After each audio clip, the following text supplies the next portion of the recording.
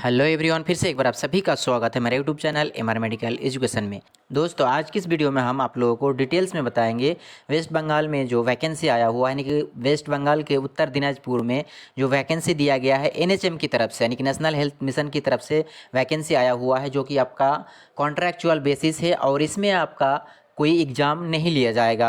Merit basis पे आपका selection होगा। इसमें कई तरह का वैकेंसी दिया गया है, यानी कि अलग अलग पदों पे वैकेंसी निकाला गया है।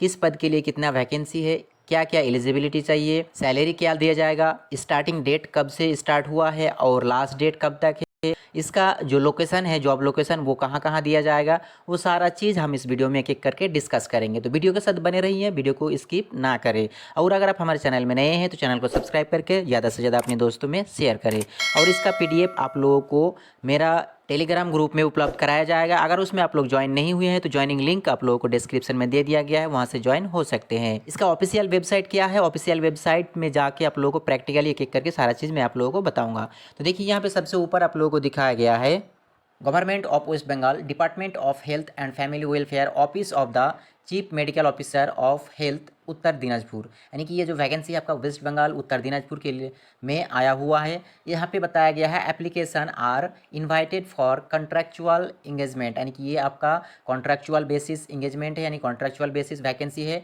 ये किसके अंडर में है, तो आपका एनएचएम यानी कि नेशनल हेल्थ मिशन और एनयूएचएम के द्वारा प्रोवाइड किया जा रहा है। अब यहाँ पे आप लोगों को सबसे ऊपर दिखाया गया है पहला में serial number, name of the post, name of the category, post का कैटेगरी क्या है, उसके बाद एसेंशियल क्वालिफिकेशन आपका क्या क्या क्राइटेरिया है, क्या क्या क्वालिफिकेशन चाहिए आपको। उसके बाद दिया गया है प्रेफरेंशियल क्राइटेरिया, यानी कि अगर आपके पास कौन सा डिग्री होने से आपको प्रेफर किया जाएगा, आपको ज़्यादा प्रेफरेंस मिलेगा। उसके बाद एज लिमिट दिया गया है और उसके बाद आप लोगों को दिया गया है रीमुनरेशन, यानी कि आपका मंथली सैलरी कितना दिया जाएगा। तो सारा चीज़ यहाँ पे आप लोगों को एक एक करके बताने वाला हूँ। एक नंबर में आप लोगों को दिया गया है डेंटल हाइजीनिस्ट। डेंटल हाइजीनिस्ट के लिए यहाँ पे एक ही पद दिया गया है, जो जनरल, यानी कि कोई भी इसमें अप्लाई कर सकता है। इसमें जो एसेंशियल क्वालिफिकेशन मांगा गया है, diploma in dental hygienist course for, यहाँ पे दिया गया है कि कोई भी डेंटल हाइजीनिस्ट का कोर्स अगर आपका किया हुआ है तो आप इसके लिए एलिजिबल है, आप इसमें अप्लाई कर सकते हैं।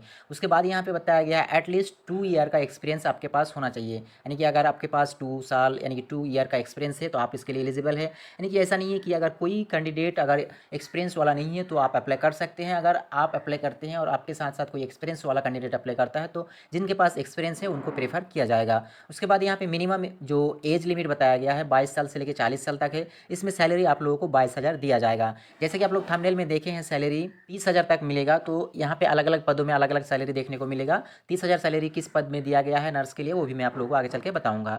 उसके बाद दिया गया है डेंटल टेक्नीशियन, फिर से डेंटल टेक्नीशियन का वैकेंसी यहाँ पे दिया गया है।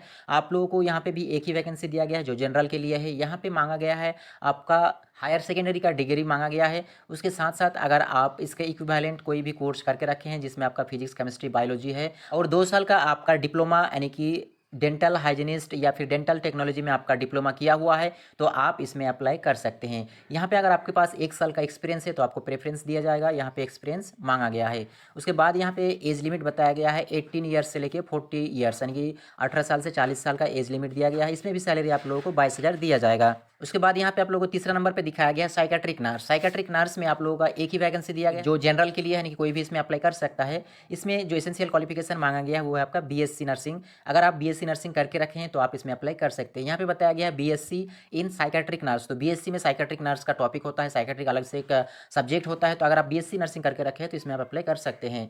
उसके बाद यहाँ पे आप लोगों को दिखाया गया अगर आप एमएससी नर्सिंग करके रखे हैं साइकेट्रिक में तो भी आप अप्लाई कर सकते हैं। अगर आपका एमएससी नर्सिंग है तो फिर आपको ज़्यादा प्रेफरेंस दिया जाएगा। यहाँ पे एज लिमिट 40 ईयर्स दिया गया है और सैलरी आप लोगों को यहाँ पे अच्छा खासा दिया जा रहा है। 28,000 का सैलरी आप लोगों को यहाँ पे दिया जा रहा है। उसके बाद यहाँ पे आप लोगों को चौथा नंबर पे दिखाया गया है psychiatric social worker. Psychiatric social worker के लिए भी एक पद है। इसमें अगर आप अप्लाई करना चाहते हैं तो यहाँ पे आप लोगों को डिग्री मांगा गया है एम फिल। अगर आपके पास एम फिल साइकेट्रिक में आपका डिग्री है, फिर सोशल वर्क का 2 साल का एक्सपीरियंस है आपके पास तो आप इसके लिए एलिजिबल है। यहाँ पे मिनिमम एक्सपीरियंस 1 साल का मांगा गया है। अगर आपके पास एक्सपीरियंस है और एम फिल किया हुआ है तो आप इसके लिए एलिजिबल है और आपको ज़्यादा प्रेफरेंस दिया जाएगा। यहाँ पे भी एज लिमिट आपका 40 ईयर्स दिया गया है। सैलरी यहाँ पे आप लोगों को 30,000 यानी कि 30,000 दिया गया है, जो आप लोगों को थंबनेल में दिखाया गया था। तो साइकेट्रिक नर्स के लिए या साइकेट्रिक आप बोल सकते हैं साइकेट्रिक सोशल वर्कर के लिए यहाँ पे 30,000 का सैलरी दिया गया है। उसके बाद यहाँ पे आप लोगों को दिखाया गया 5वां नंबर पे ऑडियोलॉजिस्ट अंडर NPPCD यानी कि ऑडियोलॉजिस्ट के लिए एक पोस्ट दिया गया है। इसके लिए आपके पास डिग्री होना चाहिए, बैचलर डिग्री, जो ऑडियोलॉजी में यानी कि स्पीच लैंग्वेज का जो थेरेपी होता है या पैथोलॉजी होता है उसमें अगर आपके पास बैचलर डिग्री है जैसा कि BSc, तो आप इसके लिए एलिजिबल है, आप इसमें अप्लाई कर सकते हैं।